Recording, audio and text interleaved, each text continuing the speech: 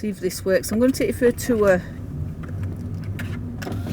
I've just put it on the dashboard so I'm not holding it, and let's see how many cars we can see. And it's 12:05 right now, so we'll see how long it takes. About 15 minutes to do this, so I'm just going to gas and do a little talk as we go around here.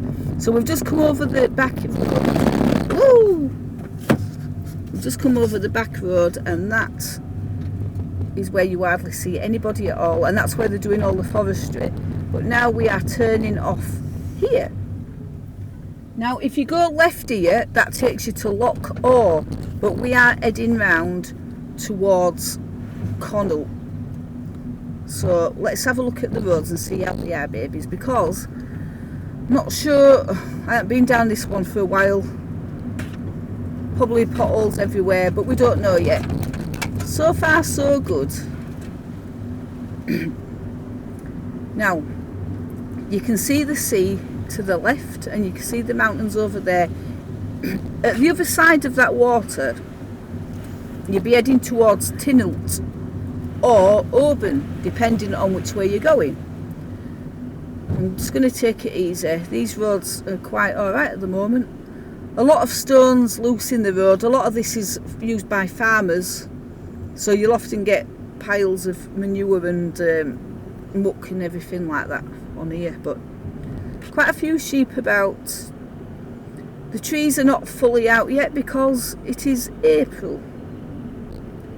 I'm still waiting to hear about the foraging walk locally to us, because I want to go on this foraging walk and learn where the food is around us now. So I did a drive about a year ago when I was with Steve, and that was on this road but from the other side and going in the other direction towards where we are now.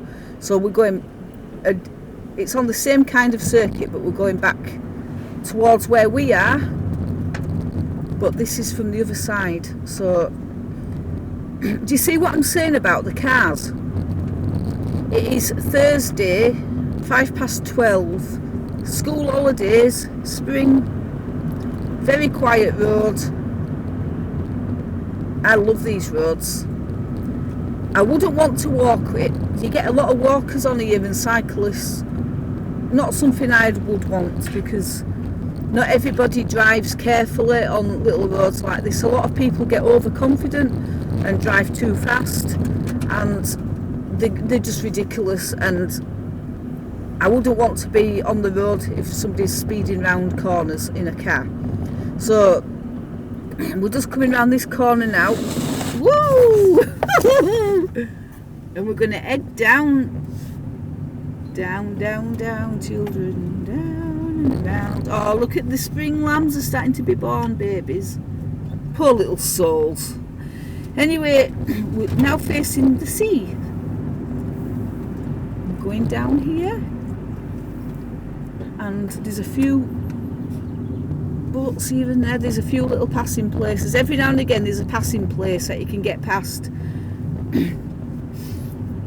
They say if you're driving in Scotland on these roads and you're a slow Sunday driver and you're coming up to a passing place and someone's behind you, always pull over and let them past. It's like the local etiquette. Please let us pass, because not everybody's a Sunday driver. I am. If I'm on roads like this, I'm doing just over 20 miles an hour at a minute. But there's nobody about, and I love it, because you feel like you've got the whole world to yourself. And it's like, this is my road, and I love taking in the view. So it's not just a car ride to me, it's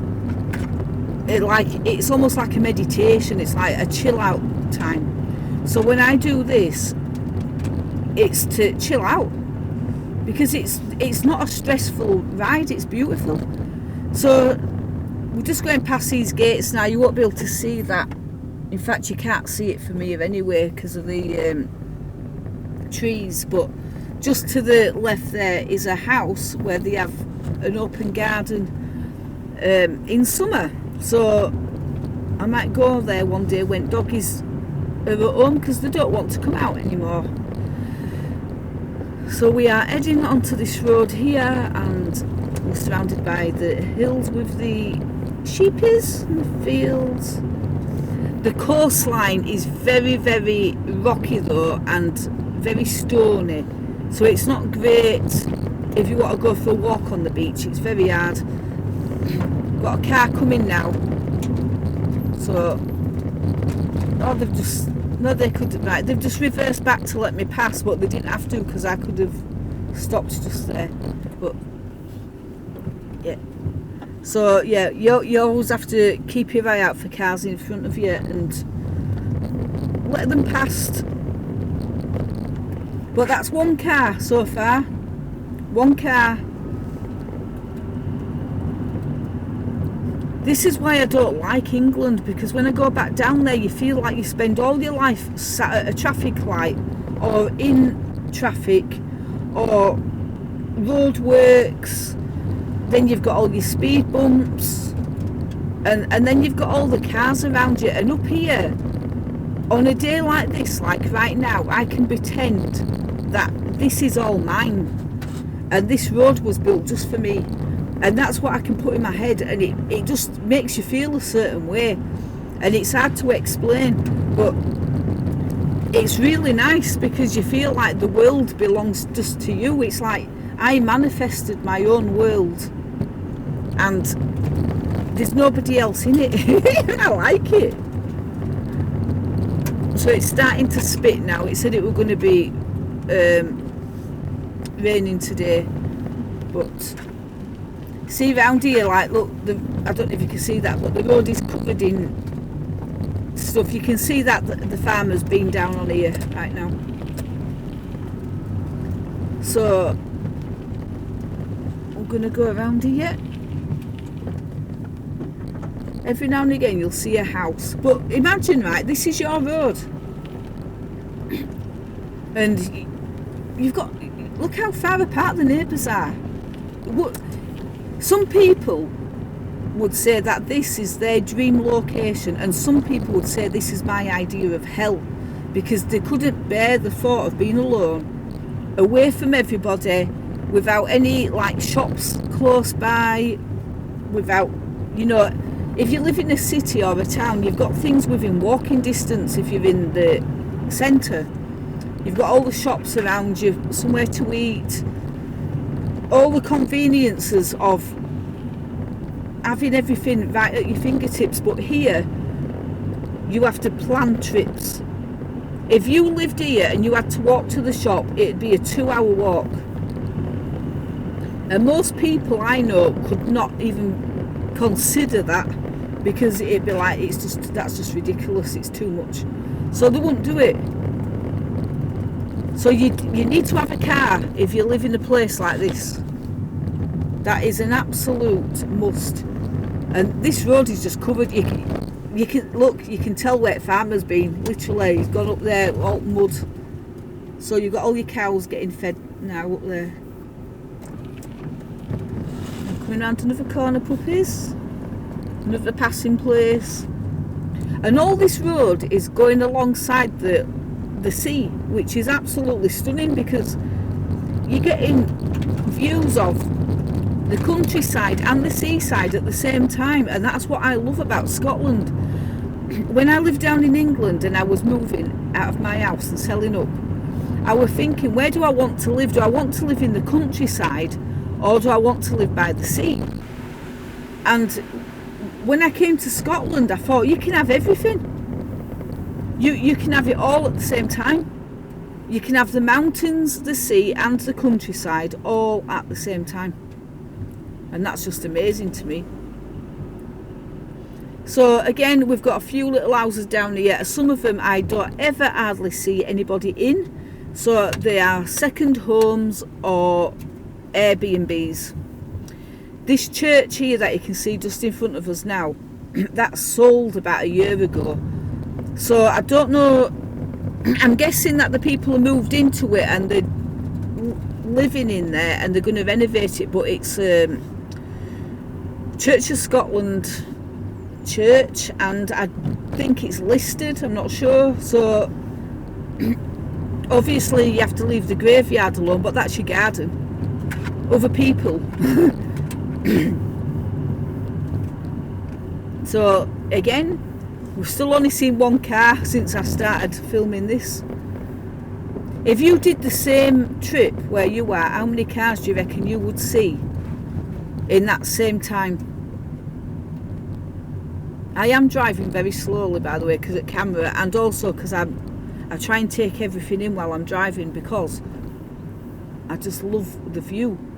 I love nosing at the houses. Some of them are absolutely stunning, but I think no, they're not. It's not where I would want to live. And some of the houses are in a beautiful location, but they're too modern, and I don't like modern houses. I think a lot of them are just too stark, and they don't have enough character for me. I like the older ones, and I think at my age now, I would prefer a big bungalow overlooking the sea, and I would share my house, if it was big, with other people like me. So I would put out an advert for any crazy middle-aged women looking to rent a room in a shared house. Yeah, we'll probably end up being called the Order of the Crones, the three witches sitting around talking about how we're going to change the world.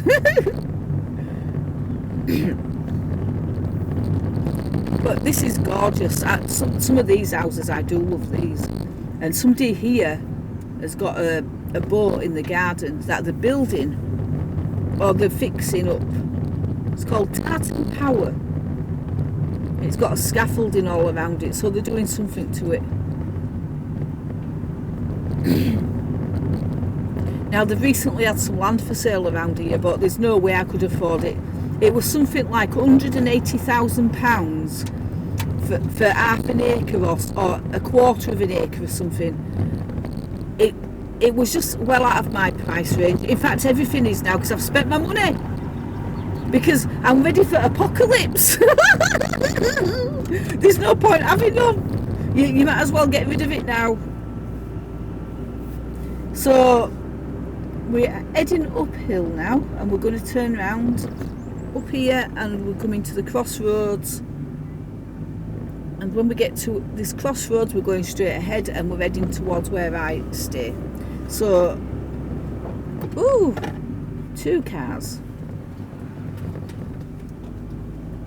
It's always a surprise when you see a car. It's quite funny. It's like, what do you expect on a road? Oh, not another car. There's a few. Oh, another one. Oh, and another one. Oh, wow. They must all be going to bingo or something. I don't know. I'm just going to pull over and let these through. So that's what, 4 cars? They might all be going to a mother's meeting.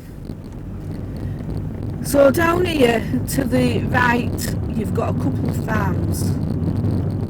You've got one to the left, right of me now, which you won't see.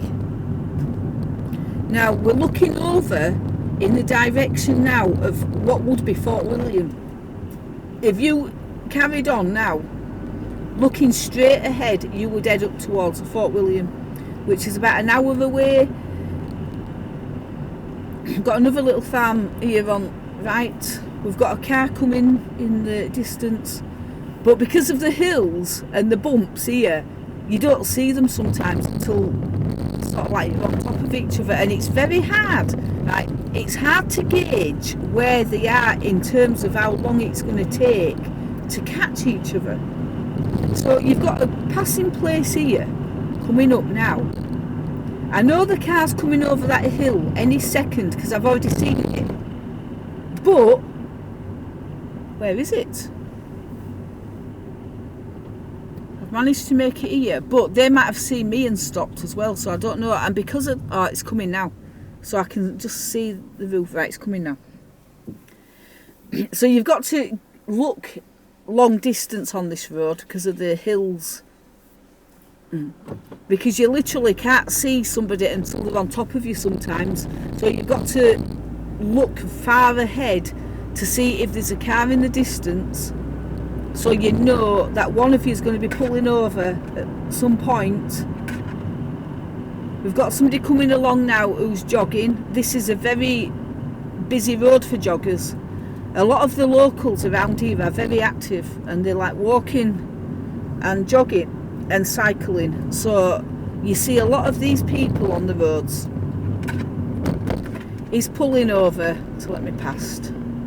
Well, say pulling over. Right, off he goes. Right, so carry on. So what was that? 5? How many cars have I seen? 6, maybe. So we're coming up to the end of the road, and then I will turn off into the park. So we're just about at the end of this thing. We've got a birdie in the road, and what sort of birdie? It looks like a duck, but it's not a duck. I don't know what it is. Is it a duck? I don't know. I can't tell. Can you see we've got some daffodils out? When the sun comes out, doesn't the world feel different? You feel different, don't you? You feel like you're coming alive and you're waking up. And then it goes back in and it goes dull, and I think, oh, I might as well go to bed, because I'd just lose all my life. But yesterday I planted loads of seeds and potatoes and everything, so we will see how things work. I'm wanting to try and get things put into the wild, so like potatoes and things like that. So if I do a walk, I know where food is, in case someone robs me.